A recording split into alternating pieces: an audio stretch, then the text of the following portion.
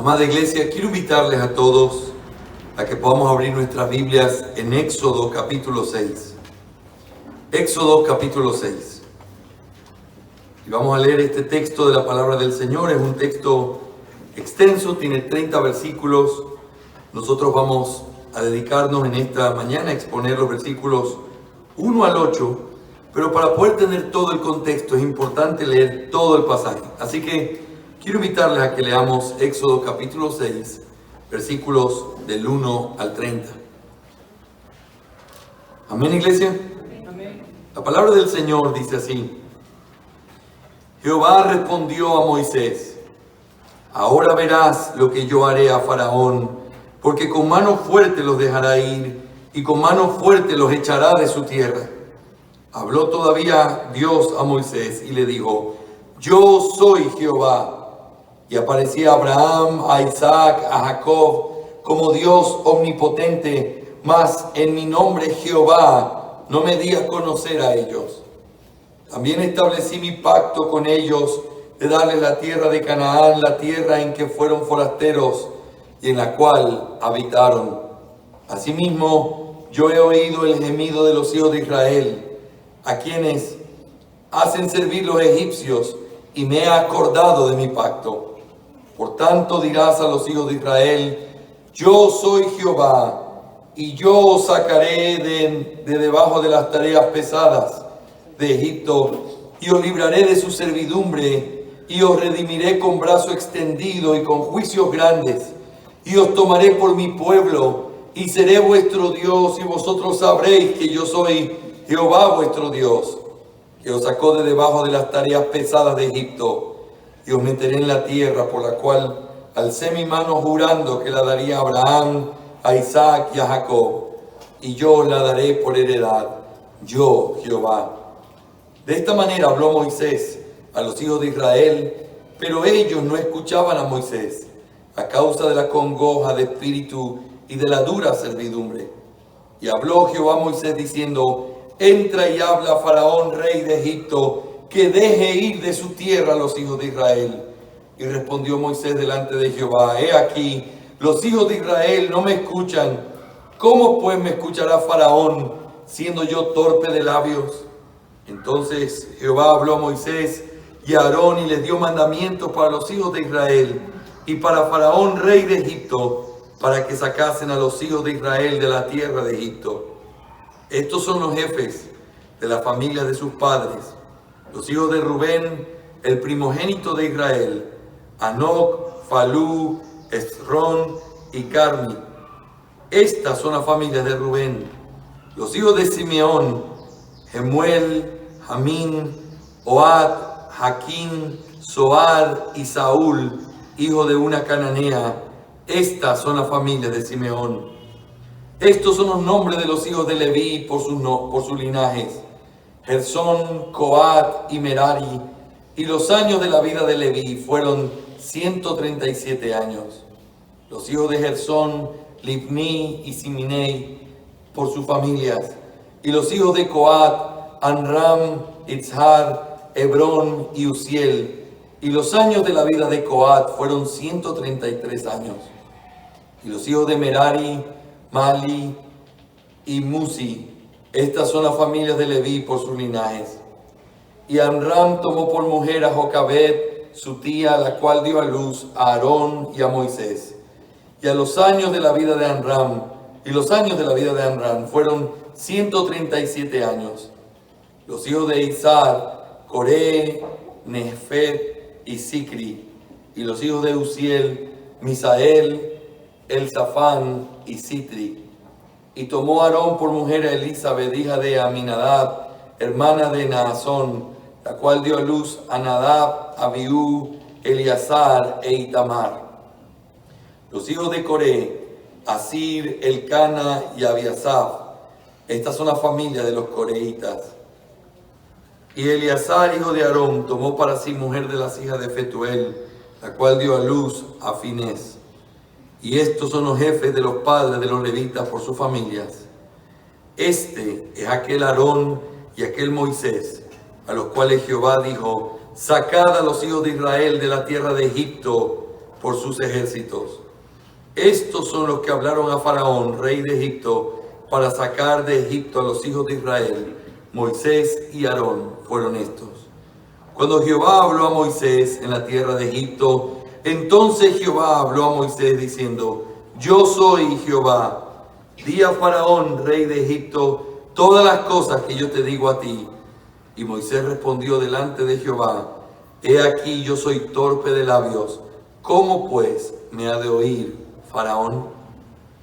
Vamos a orar en esta mañana una vez más, pidiéndole al Señor su bendición sobre la lectura de su palabra, y que especialmente nos permita que podamos tomar la enseñanza preciosa que encontramos en los versículos 1 al 8.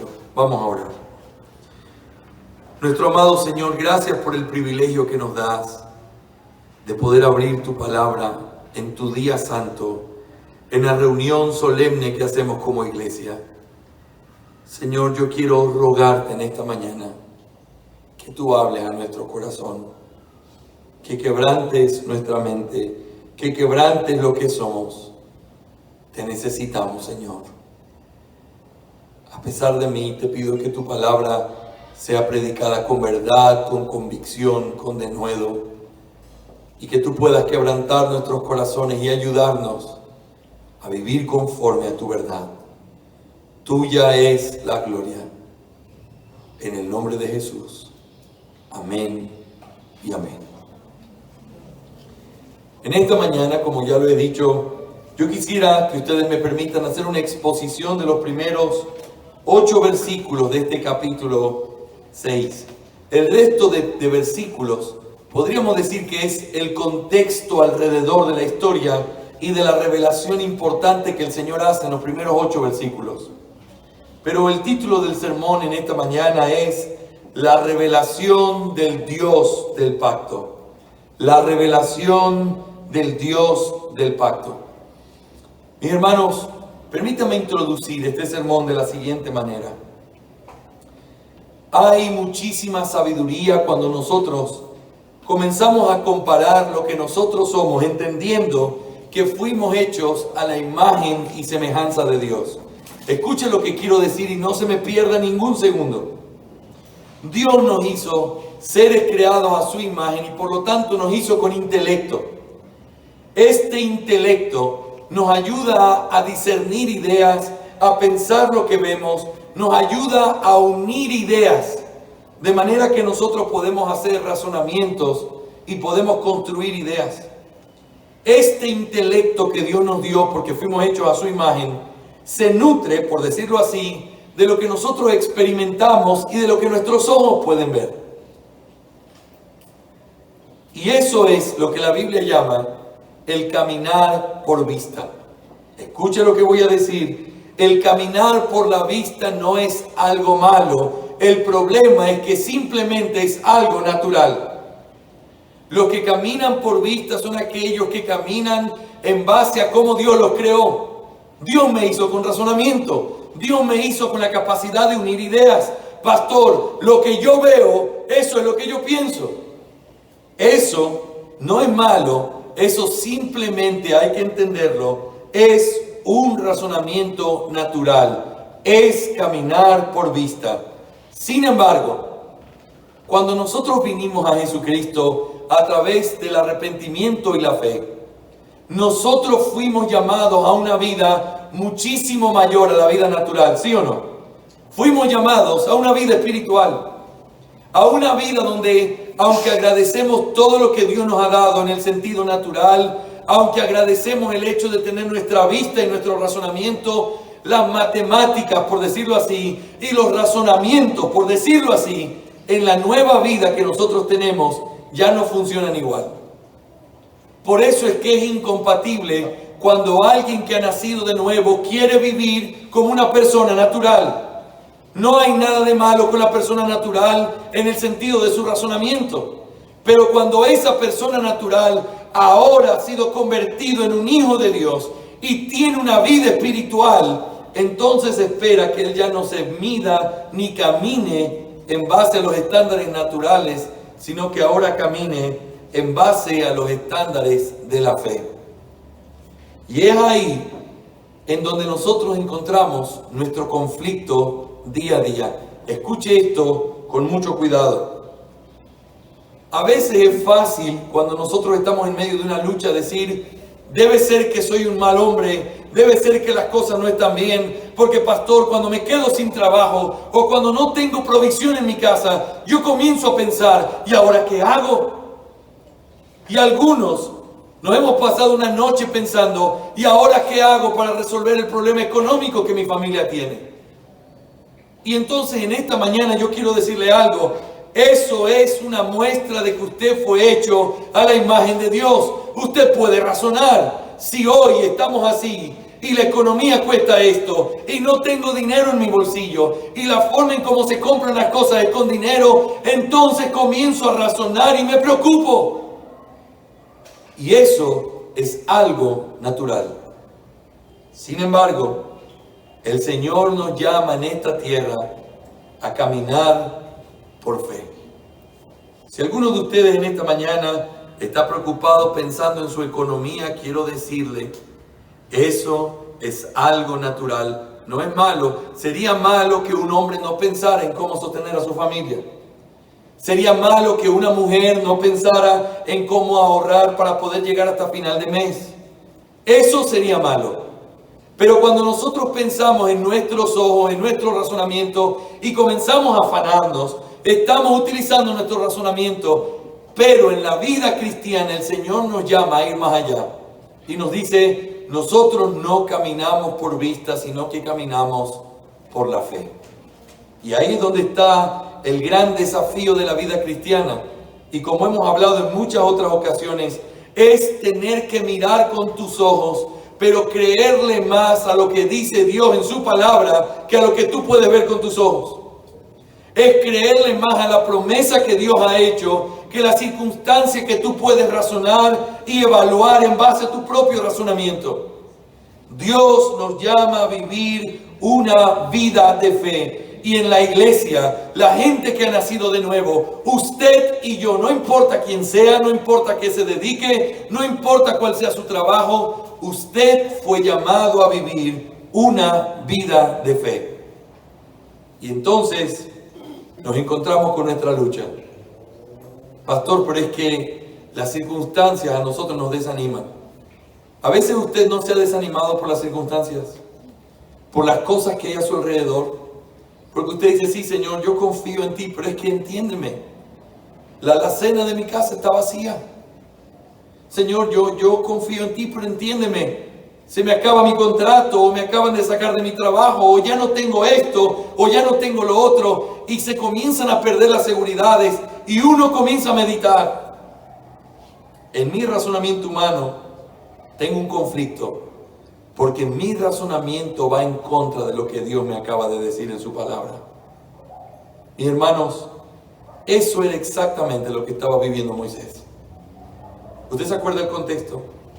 Moisés acababa de dejar todo, literalmente la nueva vida que había recibido. Está bien, asesinó a ese hombre, se habían dado cuenta de eso, él huyó. Me imagino lo difícil que fue correr ese desierto. Si usted ha visto la película, es muy interesante cómo él corre por el desierto.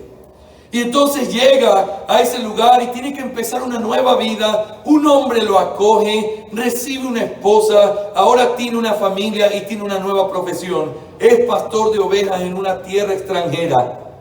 Y él está ahí en medio de hacer lo que ha hecho por 40 años.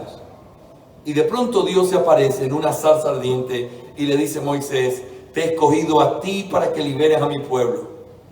Lógicamente, después de todos los fracasos, lo único que podíamos esperar de ese hombre tan humano y tan como nosotros, es que comienza a hacerle tantas preguntas a Dios. Pero Señor, si tú me mandas, ¿y quién le digo que me mandó?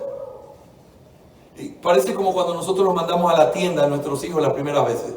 Papi, pero ¿y qué hago? Tienes que hacer esto. Pero ¿y qué pasa si tienes que hacerlo de acá? Pero papi, es que no me va. Y entonces uno ve a Moisés en esa actitud hasta humana, hasta quizás infantil, cuestionando a Dios. Y Dios otra vez nos muestra a través de la revelación de su palabra qué amoroso, qué paciente, qué misericordioso el Señor, en vez de ponerse enojado con Moisés.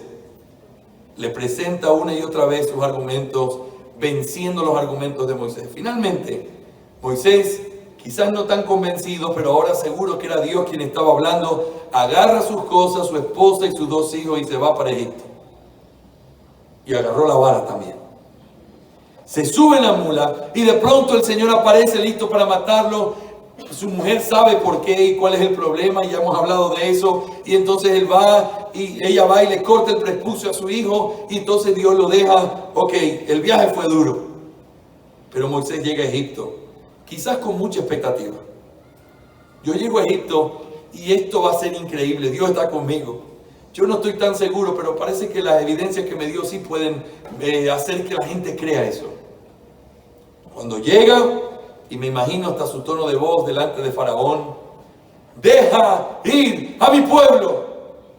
Y Faraón lo mira y le dice, ¿y quién es ese que te manda a decirme eso? Yo no lo conozco, y como se ve que tienen demasiado tiempo libre para andar pensando estas locuras, lo que yo voy a hacer es que voy a incrementar el trabajo y la cosa va a ser más difícil. En vez de ayudar, literalmente, lo que Moisés comienza a sentir es que desde el día que él pisó de regreso a la tierra de Egipto, en vez de ayudar a sus hermanos, todo se estaba hundiendo. Antes se necesitaba hacer cierta tarea de ladrillos, ya era un trabajo duro, porque quiero que recuerden esto, ya por esa tarea ellos estaban gimiendo al Señor y el Señor los había escuchado. Después de que Moisés va, le quitan la paja y ahora ustedes tienen que ir a buscarla. Encima que seguía la misma tarea por la cual ellos ya se habían quejado, ahora la cosa se puso más difícil. Sucedió lo que había que esperar. El pueblo se levanta y se enoja y hace un juramento y le dicen a Moisés que el Señor los juzgue a ustedes por lo que han hecho. Y entonces terminamos nuestro último sermón de Éxodo mirando a un Moisés que regresa a Dios y le dice, Señor, ¿por qué me mandaste? En otras palabras, ¿cómo se te ocurrió esta idea tan mala? ¿Cómo se te ocurre traerme aquí? En vez de ayudar, estoy echando todo a perder. Moisés se estaba olvidando lo que Dios había dicho y comenzó a mirar con sus ojos lo que estaba sucediendo. La circunstancia se puso difícil. Faraón, lejos de suavizarse, se endureció más. La carga, en vez de ser más liviana, se hizo más pesada. El pueblo, en vez de aceptarlo y amarlo como el mensajero de Dios, comenzó a aborrecerlo. Todas las cosas se pusieron malas. Y por eso les decía hace un momento, exactamente como con nosotros. A veces uno piensa que las cosas van a mejorar, o que Dios nos llama a hacer algo y uno tiene tanto esmero, tanto esfuerzo. Señor, yo quiero ser fiel en la crianza de nuestros hijos. Y comienzo a hacer el trabajo y lo que encuentro es más rebeldía, más dolor, las cosas salen mal. Quiero hacer las cosas mejor en mi matrimonio y mientras más me esfuerzo, peor van las cosas. Quiero hacer las cosas bien en mi trabajo y de pronto una llamada inesperada o de pronto un conflicto, las cosas se ponen difíciles. Y aunque entendemos lo que Dios dice, las circunstancias, nuestros ojos y nuestro razonamiento nos llevan a tener que poner en juicio nuestra fe versus nuestra vista. La pregunta que quiero responder con ustedes en esta mañana es lo siguiente. ¿Qué podemos hacer en momentos así? ¿Qué podemos hacer cuando nuestra vista comienza a gritar tan fuerte que ya no podemos escuchar lo que dice nuestra fe? ¿Saben? El Señor hizo algo con Moisés. Y eso es lo que encontramos nosotros en los versículos 1 al 8, que nos sirven como una referencia de qué tenemos que hacer nosotros. Lo que Dios hizo con Moisés es lo que hoy nosotros tenemos que hacer cuando nuestra vista comienza a entrar en conflicto con nuestra fe. En esta mañana quisiera exponer estos 8 versículos de una manera inusual a través de solo 2 encabezados. Siempre hago 3. Iba a terminar esta lista de sermones en 3 encabezados. Solo 2. Número 1, la revelación del carácter del Dios del pacto. la revelación del carácter del Dios del pacto. Los versículos 1 al 5. Y en segundo lugar, la revelación del pacto del Dios del pacto. Dios revela cómo fue su pacto, Dios da detalles de ese pacto. Así que en primer lugar, la revelación del carácter del Dios del pacto, y en segundo lugar, la revelación del pacto del Dios del pacto.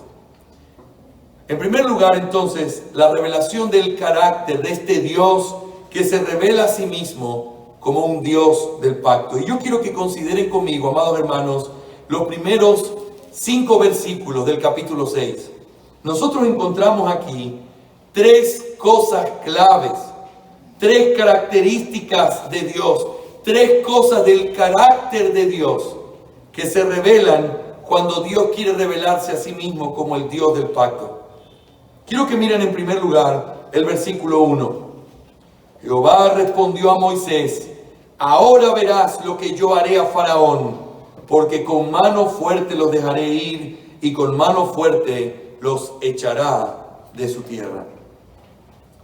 El Señor no le responde a Moisés la pregunta, y ya hemos visto esa participación o esa forma del Señor en otros pasajes. El Señor en su misericordia no contesta la insolencia de su siervo, sino que reafirma sus palabras para poder traer confianza, para poder traer seguridad. En vez de responder: Moisés, ¿y quién crees que eres tú para contestarme? ¿Y quién crees que eres tú para cuestionar lo que yo te mando a hacer? En vez de responder así, Dios se revela a Moisés. Y Dios se revela mostrando su carácter, pero también mostrando el plan o el pacto que él había hecho. En primer lugar, él muestra su carácter y se muestra a sí mismo como un Dios soberano. Un Dios soberano. Mis hermanos, él le dice: ahora verás lo que yo haré a Faraón. Él no está diciendo: entonces voy a hacer otro plan. Él no está diciendo: entonces ahora vas a ver cómo voy a contraatacar a Faraón. No. Él ya se lo había dicho antes. Yo te voy a enviar a Egipto y el Faraón no va a querer escuchar tus palabras y no los dejará ir. El plan no había cambiado. El plan se estaba cumpliendo al pie de la letra, porque Dios manifiesta aquí que Él es soberano. La soberanía de Dios significa que Él está por encima de todas las cosas, en contra y por encima de todos los enemigos y las circunstancias, y que lo que Él ha determinado siempre se va a cumplir. Mis hermanos, en medio de una crisis en nuestra vida espiritual, todos prestando toda su atención, en medio de una crisis espiritual, en medio de una crisis cuando sentimos que las cosas no van bien, qué importante es que nosotros podamos reflexionar en el Dios soberano que ha hecho las promesas y que nos ha llamado para ser sus hijos. ¿Sabe qué es el hecho de que Dios es soberano? Que aunque los enemigos se puedan poner en contra de Él o tratar de destruir lo que Él ha dicho que va a hacer, sus enemigos juegan a su favor. Él utiliza aún a los malos, a los inconversos, a los que no han nacido de nuevo, para poder cumplir sus planes. Mis hermanos, esta es una enseñanza maravillosa en la Escritura. Por ejemplo, ustedes encuentran que el Señor mandó a la iglesia a tener que ir hasta lo último de la tierra. Y entonces el emperador, molesto con el cristianismo, comenzó a arremeter contra él. ¿Y saben qué pasó cuando la peor persecución que vivió la iglesia primitiva se llevó a cabo? La misión de Cristo se cumplió. No se podían quedar en Jerusalén porque eran perseguidos. Entonces fueron obligados a tener que irse hasta lo último de la tierra.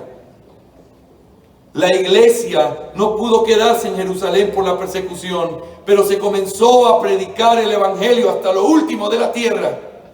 Y la pregunta es, ¿y cómo Dios lo hizo? Es que cuando el enemigo quiso ir en contra del plan de Dios, porque el diablo también escucha, y porque él también es consciente, él no sabe todas las cosas, pero él sabe lo que dice la Escritura.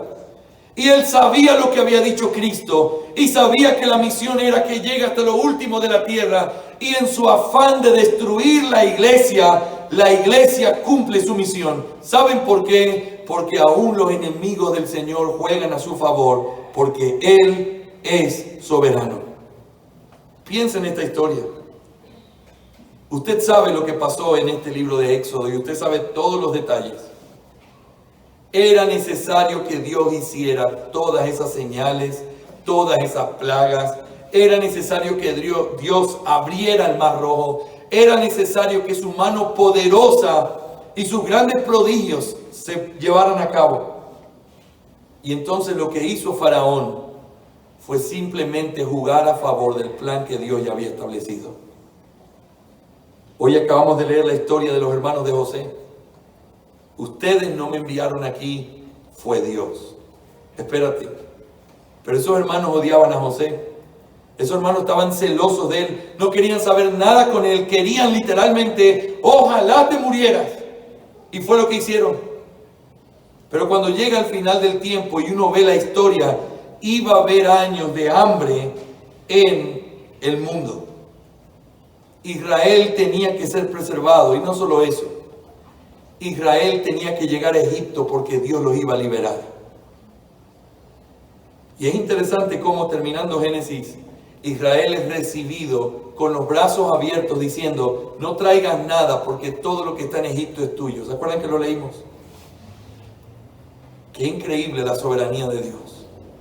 Los trae de esa manera, le da una buena muerte a su siervo Jacob. Muere José y se levanta un faraón que no conocía a José. Empieza la persecución, empieza todo el dolor que ellos sienten y ahora simplemente las fichas se siguen jugando en el orden correcto. Faraón dice, nadie se va a ir de esta tierra. Eso no era, ni siquiera estaba cerca de ser una oposición para el plan de Dios. Era el cumplimiento perfecto del plan de Dios. Mis hermanos, Pablo dice en Romanos capítulo 8, que los que aman a Dios, todas las cosas les ayudan a bien. Escuchen esto. El que hizo esa promesa no puede ser otra cosa que un soberano que tiene el poder y la autoridad para hacer que todas las cosas sean para nuestro bien. Algunos comentaristas bíblicos creen que lo que Pablo está citando era un dicho muy común en el ejército romano. En el ejército romano, ellos iban destruyendo todos pueblos y lo que hacían era tomaban a los prisioneros y los ponían en la primera fila de batalla. Y entonces cuando los soltaban a la guerra, esa gente odiaba literalmente a Roma. Pero sabían una cosa, si no peleaban por Roma iban a ser destruidos por el ejército enemigo. Así que no lo hacían por Roma, lo hacían por defender su vida.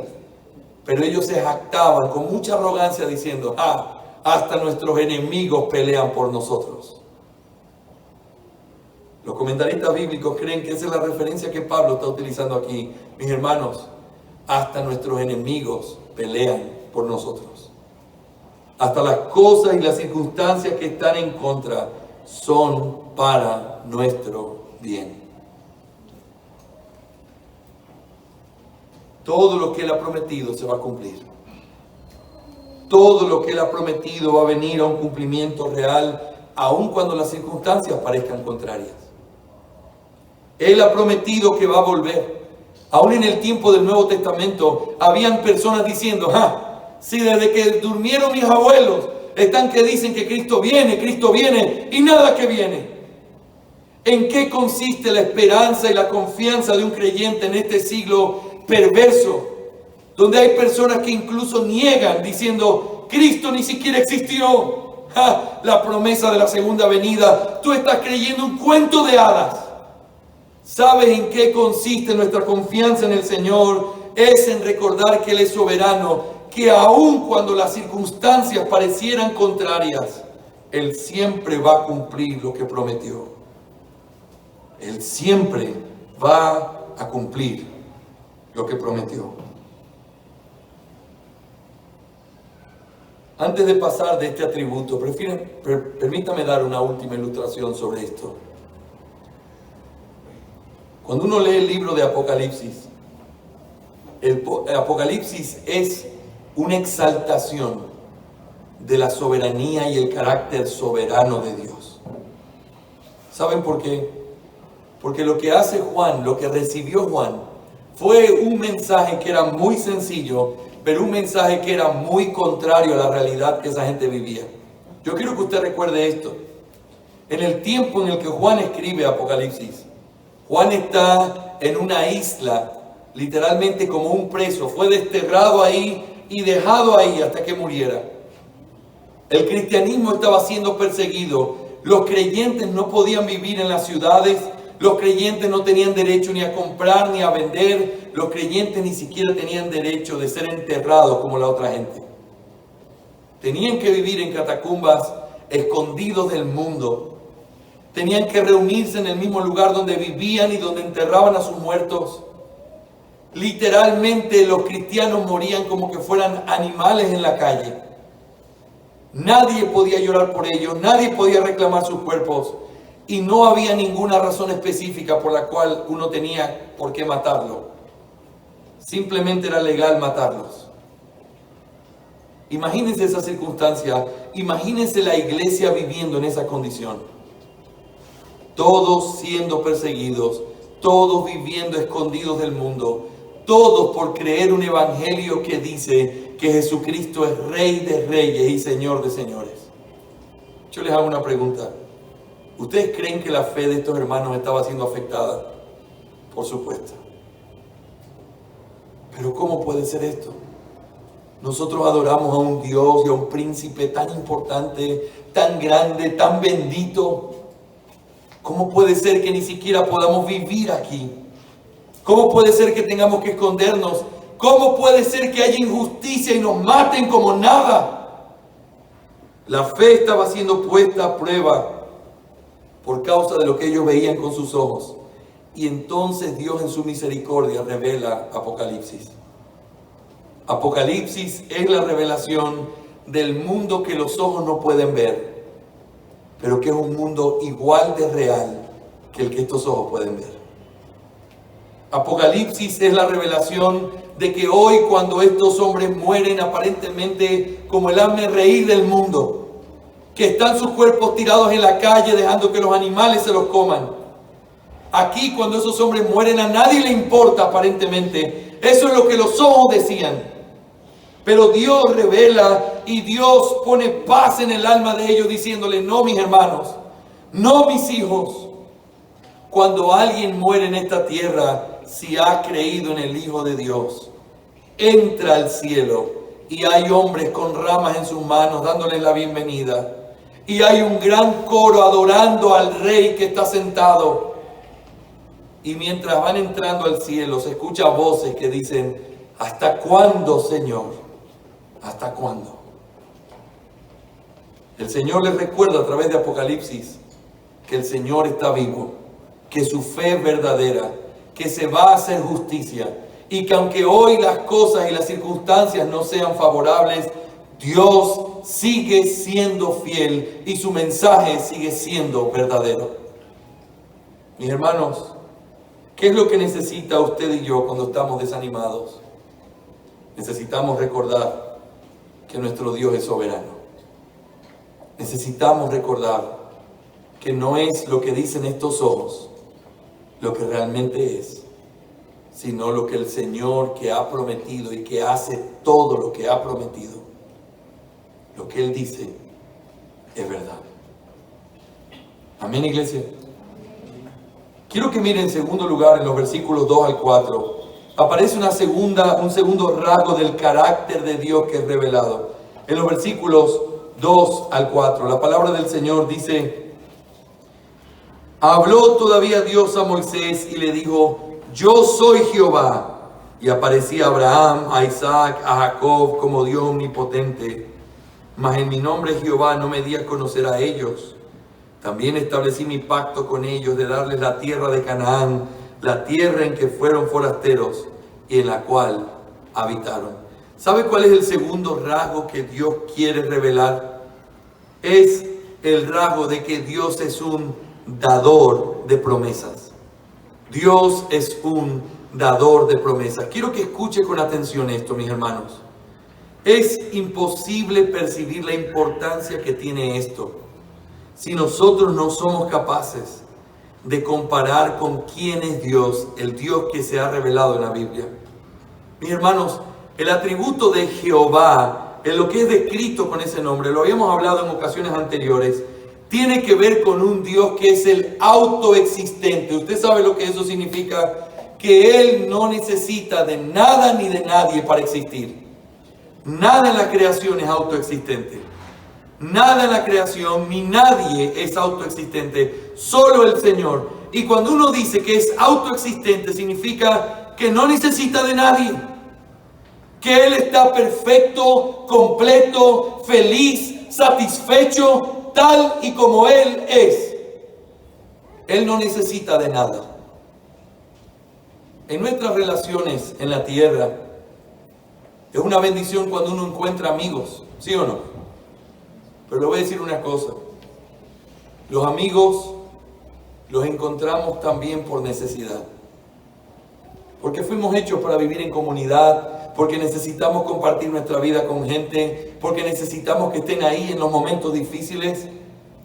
Y yo busco a mis amigos y es una bendición tener amigos, pero no puedo decir que es una decisión que yo tomo simplemente por amor, porque hay una necesidad de por medio. Lo mismo pasa en nuestro matrimonio. Uno ama a la persona con la que se casa, pero también hay una relación de necesidad y por esa razón yo necesito a mi esposa. Usted necesita a la suya. En muchísimos sentidos Dios la dio para que ella sea nuestro complemento. ¿Por qué le digo todo esto? Porque cuando Dios habla de las promesas y cuando Dios se manifiesta como un Dios que se relaciona, usted y yo tenemos que recordar la diferencia que hay entre Dios y nosotros. Nosotros buscamos relaciones y hacemos promesas por necesidad. Él lo hace por condescendencia. Él lo hace porque Él es bueno.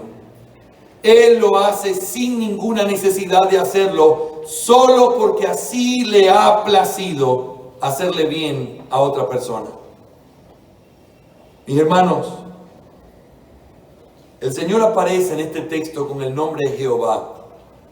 El nombre de Jehová, como lo habíamos explicado en algunos sermones anteriores, en contraste con la palabra Elohim, que es otra palabra hebrea. Elohim significa el Dios creador, el Dios gobernador. Y cuando se usa la palabra Elohim o la palabra Dios para referirse a Dios, se está hablando de su carácter como el creador de todo y el que gobierna todo. Pero cuando en la Biblia se utiliza la palabra Jehová, escuche esto y nunca se lo olvide. Siempre tiene que ver con ese Dios que tiene y muestra una relación. Es un Dios que se relaciona en medio de pactos con otros. Es un Dios que ha querido, porque no lo necesita, simplemente por condescendencia, tener una relación personal con otros. Por eso yo le decía hace algunas semanas atrás, en Génesis capítulo 1, donde encontramos el relato de la creación. Usted encuentra la creación en un sentido general. Dios dijo y fue hecho. Y Dios creó y fue hecho. Pero cuando aparece el hombre en la escena, dice, y dijo Jehová Dios. Porque el nombre Jehová tiene que ver con relación, tiene que ver con condescendencia, tiene que ver con Dios poniéndose en una relación pactual con los hombres. Pero hay algo que surge aquí que podría ser una duda. El texto dice que aunque Él se presentó y se reveló a Abraham, a Isaac y a Jacob, ellos no lo conocieron con el nombre Jehová. Y cuando usted va a la evidencia bíblica, se da cuenta que efectivamente ellos sí conocieron a Dios con el nombre Jehová. La pregunta es entonces ¿a qué se refiere? Bueno, lo que el Señor se está refiriendo es lo que nos enseña la Biblia. La Biblia dice que todos ellos murieron escuchando la promesa, pero no viendo el cumplimiento con sus propios ojos. Ellos escucharon la promesa de parte de Dios, de parte de Jehová, pero no comprobaron lo que significa verdaderamente Jehová. Y ese nombre Jehová tiene que ver con aquel que es el que cumple, el que hace lo que ha prometido. Lo que el Señor va a hacer referencia ahora es que Él nos vuelve a describir cuál fue la promesa que hizo. Establecí mi pacto con ellos. ¿Y en qué consistía? Yo les voy a dar la tierra de Canaán, la tierra en la que ellos vivieron como forasteros, y ellos van a vivir ahí. El Señor nos muestra las maravillosas promesas que Él ha querido tener por condescendencia con los hombres. Quiero que piensen esto. Cada vez que usted encuentra una promesa en la Escritura, escuche bien esto. No importa lo pequeño que pueda ser esa promesa, usted tiene que saber algo. Dios no la necesita. Pero Dios la hizo por amor, por misericordia, por condescendencia hacia nosotros. Cuando mi esposa escuchó mis votos el día que nos casamos, ella escuchó los votos y hay una realidad. Aunque es verdad lo que le dije, ella sabe que cuando yo estoy diciendo eso, detrás de esas líneas hay una necesidad también. Él me necesita, por eso me tiene que decir esas palabras. Cuando Dios le dice a usted esas palabras, quiero que siempre recuerde, Dios no lo necesita. Dios no tiene necesidad de hacer esas promesas. Dios no tiene por qué prometernos nada, porque Él está satisfecho con quien Él es. Él está satisfecho con las relaciones que Él tiene en la Trinidad. Él está satisfecho en su persona. Y por eso cuando uno desde la tierra escucha la promesa de Dios, lo que nuestra alma tiene que hacer es ser derramada en adoración. Porque cada promesa es la manifestación de un Dios que quiso revelarse como un dador de promesas, porque Él es misericordioso. Amén, iglesia. En tercer lugar, el tercer rasgo de carácter que aparece aquí, aparece en el versículo 5, y él dice, y une esta idea con esta palabra, asimismo, yo he oído el gemido de los hijos de Israel, a quienes hacen servir los egipcios, y me he acordado de mi pacto. ¿Saben? El Señor no solamente hizo un pacto, el Señor no solamente es soberano, sino que aquí se evidencia la bondad, la misericordia y la gracia que Él revela a través de estas palabras. He oído, me he acordado. Otra vez, el Señor no nos necesita. El Señor no tiene por qué hacerlo. El Señor está satisfecho tal y como Él está.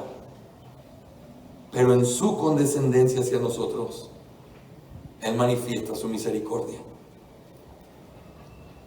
Antes de poder ir a nuestro segundo y último punto en esta mañana, yo quiero que usted reflexione conmigo en algo.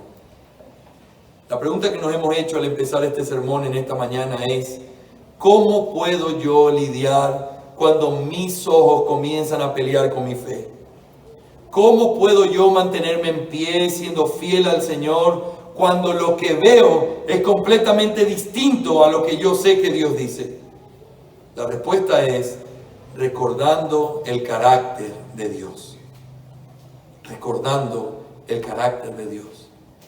Cuando uno recuerda que Dios es soberano y que todas las cosas pelean para nuestro bien y que todas las cosas funcionan para poder cumplir lo que Él ha establecido, eso tiene que traerme paz. Si a usted no le dieron ese trabajo, no fue porque algo hizo mal o salió mal o simplemente se escapó.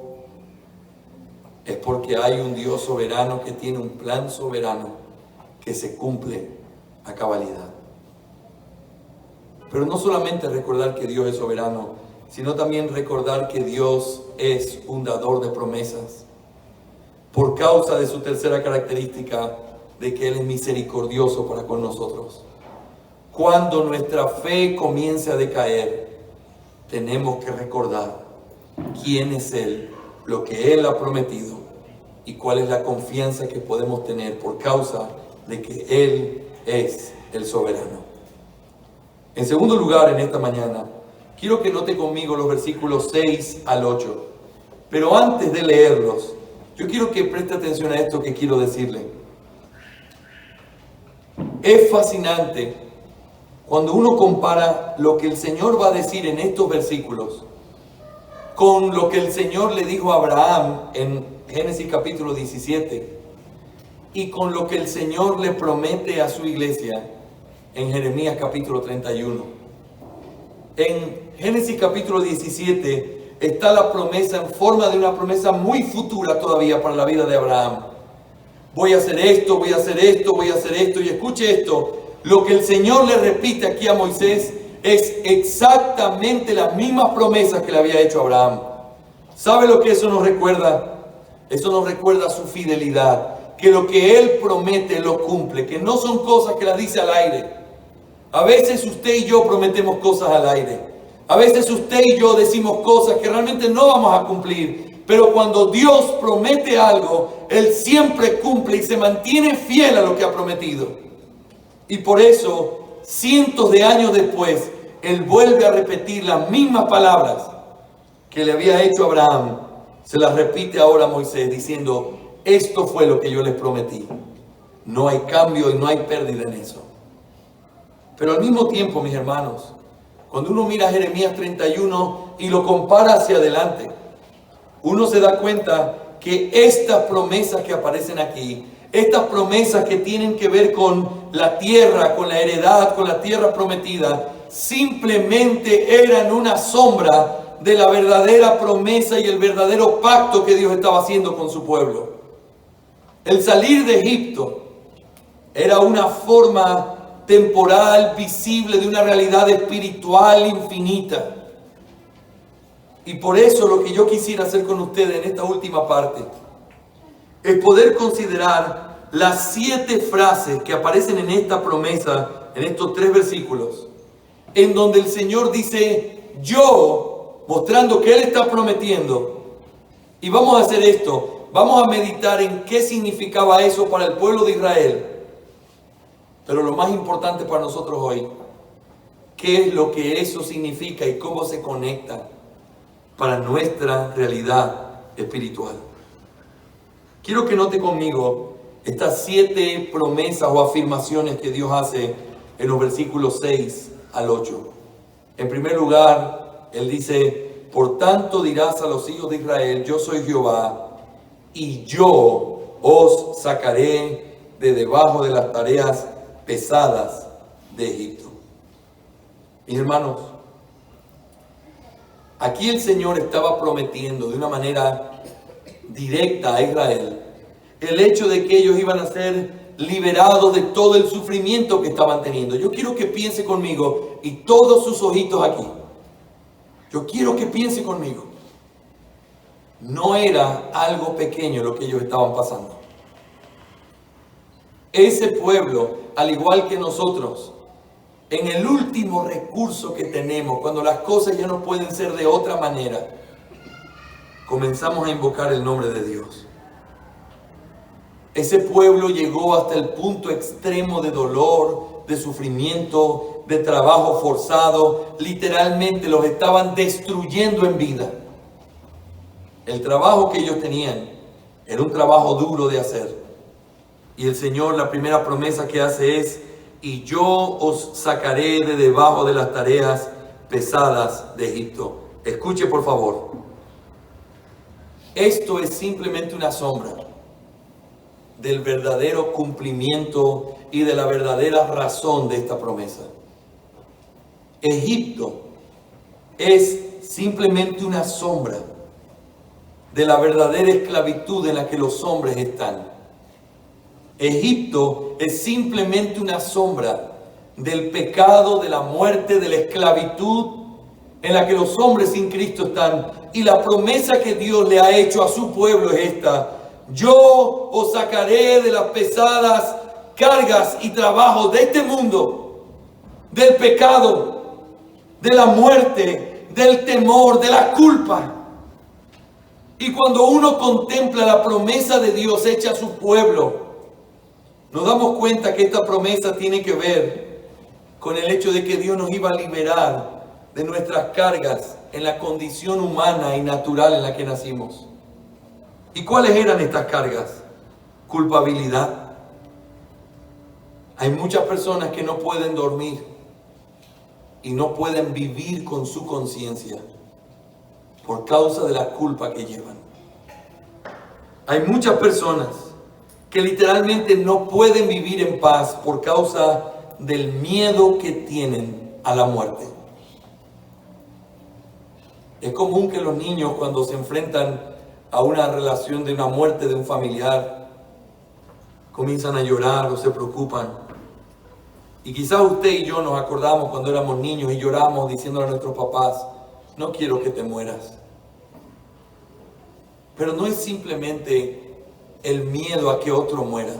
Es el miedo en el cual uno vive, de no saber qué viene después, de no saber con qué uno se va a enfrentar, de no saber cómo va a ser la vida, de no saber si esto es lo único que hay.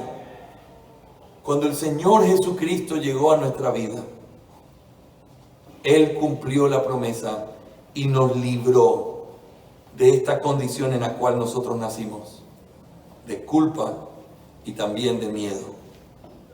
El Señor nos ha sacado de ahí en base a su gran misericordia. Quiero que noten en segundo lugar la segunda promesa que el Señor hace. Dice: y os libraré de su servidumbre, y os libraré de su servidumbre. Literalmente no es solamente sacarlo de las tareas pesadas, sino que lo que estaba prometiendo era que iban a ser sacados como esclavos de Egipto. Ya no iban a ser esclavos. No solamente aquello que los atormentaba, no solamente el trabajo pesado, no solamente el dolor que tenían, sino que ellos literalmente iban a dejar de ser esclavos de Egipto. Ahora es evidente la comparación con nuestra realidad espiritual. El Señor no solamente nos libró de la culpa y del miedo, sino que el Señor nos ha quitado de la esclavitud a la cual nosotros estamos atados. Éramos esclavos del mundo, éramos esclavos del pecado, éramos esclavos de Satanás, éramos esclavos de la muerte. Teníamos culpa y teníamos temor. Y el Señor, en el lugar que nos hizo libres para siempre.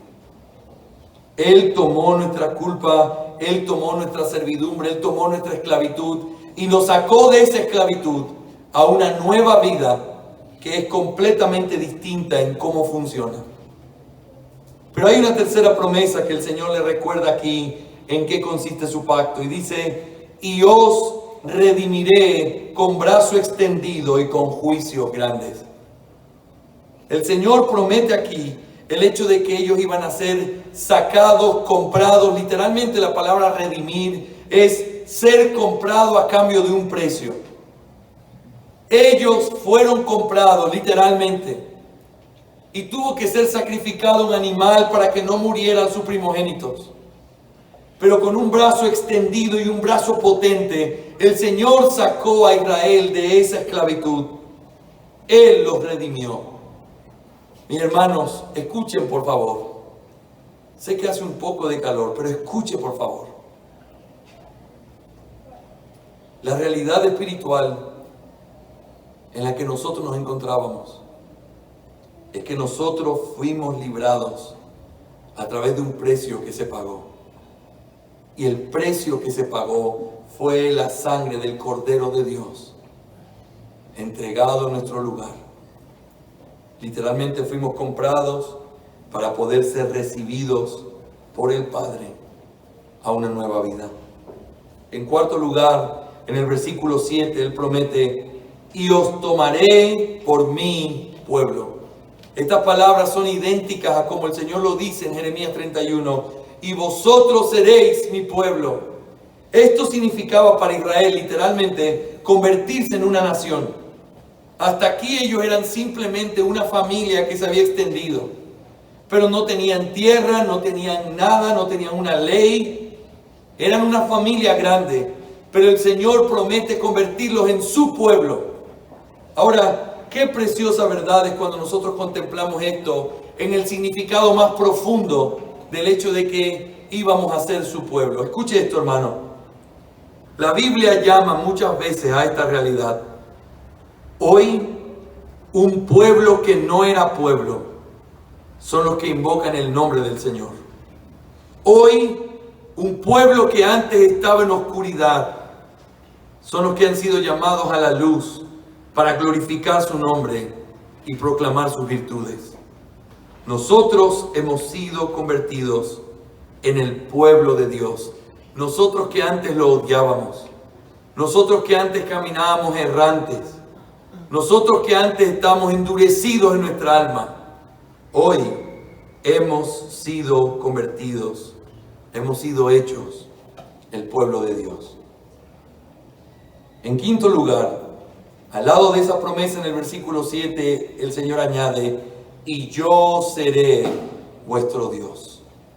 Y yo seré vuestro Dios. Y eso lo que implicaba era que Dios estaba prometiéndole al pueblo de Israel que las condiciones en las cuales ellos iban a vivir en su relación con Él iban a cambiar. Y cómo se vio ese cambio en un sentido poderoso en las palabras de Génesis y en las palabras de Éxodo. Cuando nosotros vemos en las palabras de Éxodo, encontramos de qué manera el Señor cambió su relación con ellos. En medio del desierto, Él estuvo con ellos. En medio de la noche, Él estuvo con ellos. En medio del día, en el calor y en el sol del día, Él estuvo con ellos. Y hay una sola razón, porque ahora Él era su Dios. Mis hermanos, si estas palabras no hacen vibrar nuestra alma, algo no está bien con nuestro entendimiento. Antes teníamos a un Dios perverso, falso y equivocado, que éramos nosotros mismos. Un Dios que no era capaz de hacer nada por nosotros. Literalmente estábamos solos en el mundo, caminando en nuestro pecado, caminando en la angustia de no saber qué vendría mañana. Pero hoy, debido a la promesa del Dios Redentor, yo seré su Dios. Las condiciones cambiaron.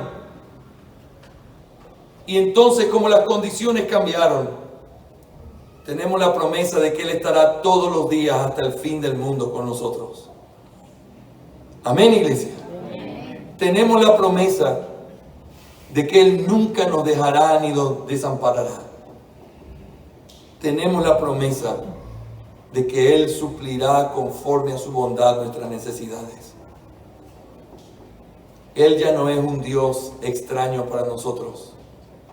Por su amor, por su beneplácito, porque Él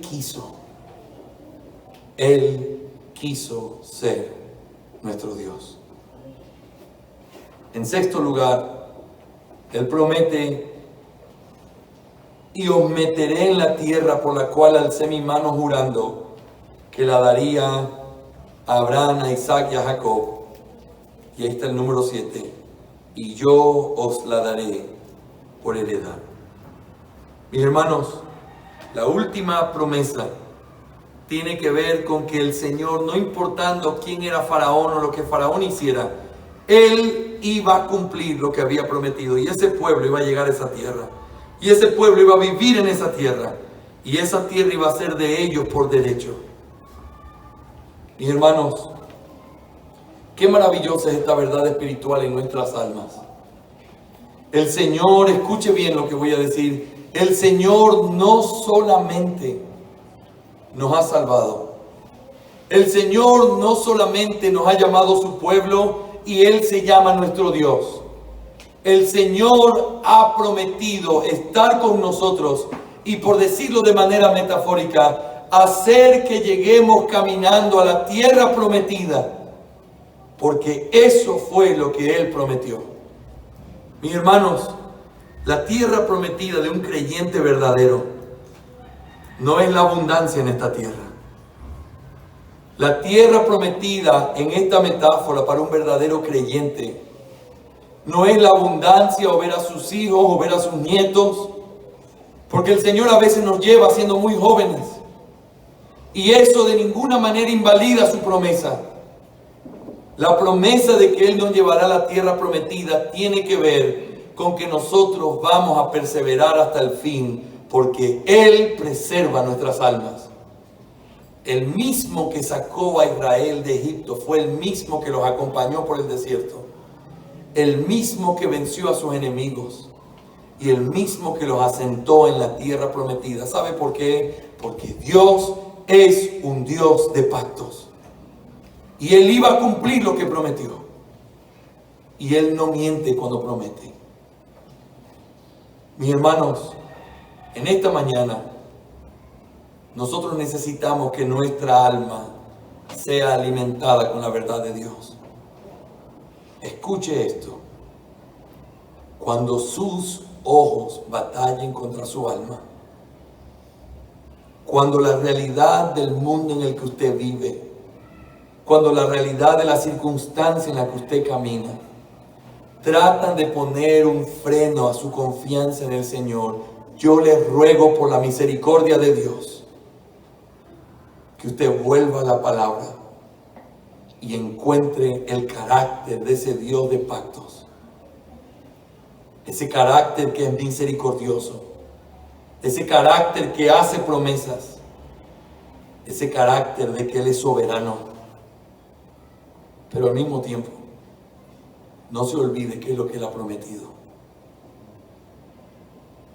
¿Qué puede ser más importante en esta tierra si nosotros tenemos a Cristo? Hay una preciosa canción que cantamos y que a veces no estoy tan seguro de que la entendamos bien. Al momento de partir, dame a Cristo. Y al despertar, dame a Cristo. Y cuando tengo miedo, dame a Cristo. ¿Sabe lo que estamos confesando a través de esas palabras? Que todo se puede perder en esta vida. Todo lo podemos perder. La seguridad económica, podemos perder a nuestros hijos, podemos perder a nuestro esposo o a nuestra esposa, podemos perder la salud. Pero el creyente verdadero en su alma siempre dice: Señor, llévatelo todo si eso es lo que tú has planificado. Solo te ruego algo: déjame a Cristo. La vida de un verdadero creyente tiene que ser fortalecido por esa verdad. Pero saben que el Señor es rico en misericordia y nosotros seríamos mal agradecidos y mentiríamos con mucha hipocresía si dijéramos que alguno está en la condición en la que yo he descrito en esta mañana. Aunque este mundo no es nuestro lugar, no es nuestro lugar final y no es nuestra meta, el Señor es tan misericordioso que en este mundo nos ha regalado una familia. En este mundo nos regala la provisión todos los días. En este mundo nos permite ser parte de una iglesia y tener hermanos. Cuando nuestros ojos nos desanimen el alma, recuérdele a su alma lo que dice la palabra de Dios. Porque la vida del creyente no es por vista, es por fe. Y vivir por fe significa creer lo que Dios es, creer lo que Dios ha dicho. Y por encima de lo que mis ojos me dicen, por encima de lo que el periódico dice, por encima de lo que las circunstancias dicen, yo creo lo que dice su palabra. Que el Señor nos conceda la gracia de vivir así y de no desanimarnos. Y cuando eso suceda, volver a la Escritura, volver al Dios del pacto, volver a su carácter, volver a sus promesas, arrepentirnos de nuestra desconfianza y seguir caminando, porque su plan se va a cumplir. Nada más es importante. Vamos a orar. Amado Señor, gracias por tu palabra. Y gracias por hacernos bien a nuestra alma, Señor. Nosotros Estamos perdidos sin ti. Gracias por recordarnos quién eres. Un Dios soberano. Que nada lo afecta. Que nada lo cambia. Que Él dirige y cambia y afecta todo. Recuérdanos tu soberanía, Señor, en los momentos de dificultad. Recuérdanos tus promesas. Recuérdanos tu misericordia. Para ser movidos a la adoración y no a la desconfianza. Para caer de rodillas y no en cuestionamientos. Para adorarte y no para dejarte o enfriar nuestro corazón. Señor, bendice a tu pueblo en esta mañana y que tu palabra encuentre lugares que sean buena tierra para que al ser sembrada traiga mucho fruto. Ayúdanos a recordar estas palabras mientras caminamos, mientras vivimos y mientras morimos. Tuya es la gloria, Señor. En el nombre de Jesús. Amén.